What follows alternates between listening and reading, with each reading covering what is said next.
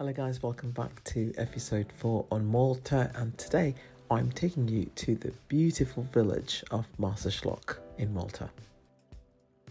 Let's start with local markets. There are two types of markets you can visit. From Monday to Saturday, the merchant stalls showcase a variety of food, clothing, souvenirs and other ornaments, as well as other traditional and locally produced items. On usually Sunday mornings, market is extended and the main focus is the local fishermen's stalls where they sell their catch directly to the customers. Marsaxlokk Bay is Malta's second largest natural harbour. It is the best place to see the colourful traditional Maltese fishing boats, they call them luzzus, with the mythical eye painted on their prows. The village is the island's main fishing harbour. Its Sunday fish market, a fascinating insight into local life and a traditional industry. The stalls brim with the night's catch, fish of all shapes, colours and sizes. The village itself has many good fish restaurants.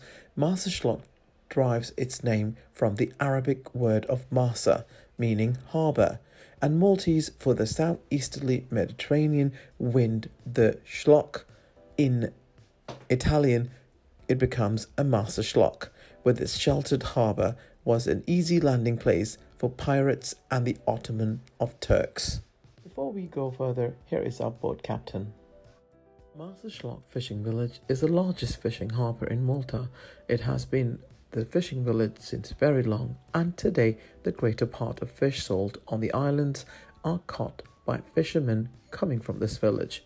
Traditional luzzus, brightly coloured traditional fishing boats and larger fishing vessels line the sheltered harbour in the colourful display that has been the subject of countless photo shoots.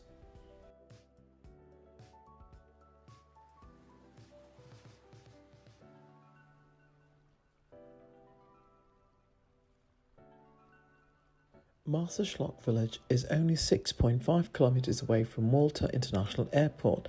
You can be in the village in just about 10 minutes by car or by bus routes. If you're driving your own car, the roads close to the village core are fairly easy to navigate, but get a bit bumpy on the outskirts, especially towards in certain area. Parking at the seafront is pretty difficult on Sundays, though you can usually still find a parking spot in one of the side streets of the main area of the village. I also would like to mention that this trip would not have been possible without the assistance of my friend Kristen.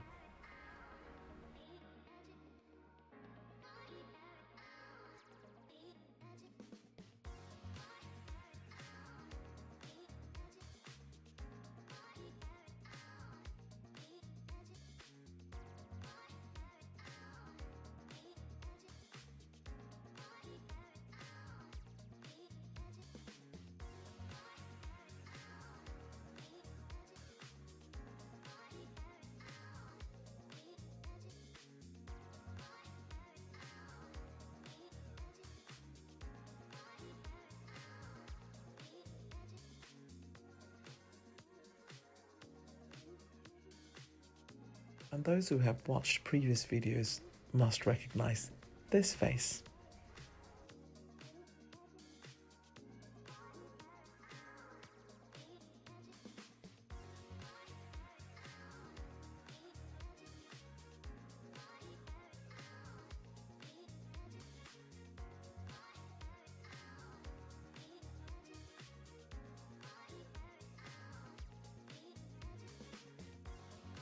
If we talk about Maltese luzzu, it is one of the Malta's oldest traditions and dates back to the time of the Venetians. If you take a trip to any one of Malta's seaside villages, you will quickly notice a large number of colourful boats floating in the water and lots of eyes staring at you. These colourful boats are known as the Maltese luzzu, and they date back to the time of the ancient Venetians.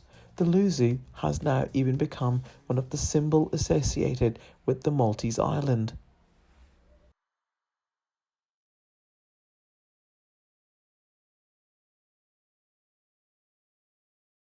Luzzus are essentially traditional fishing boats. They are typically painted in traditional bright colours including blue, yellow, red and green.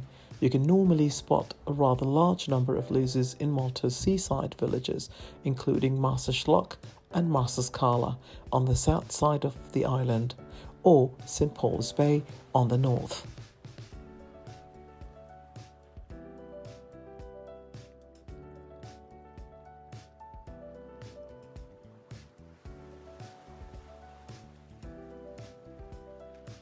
Due to its stable, sturdy and reliable nature, the design of the luzzu dates back to the Phoenicians' time.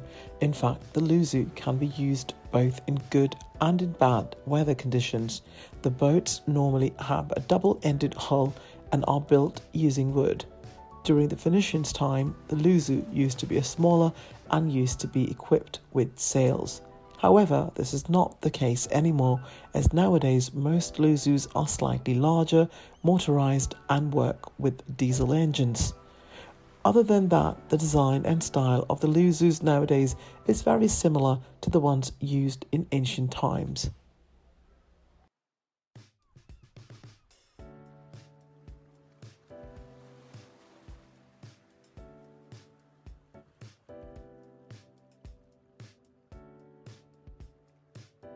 Marsaxlokk seafront has incredible view throughout.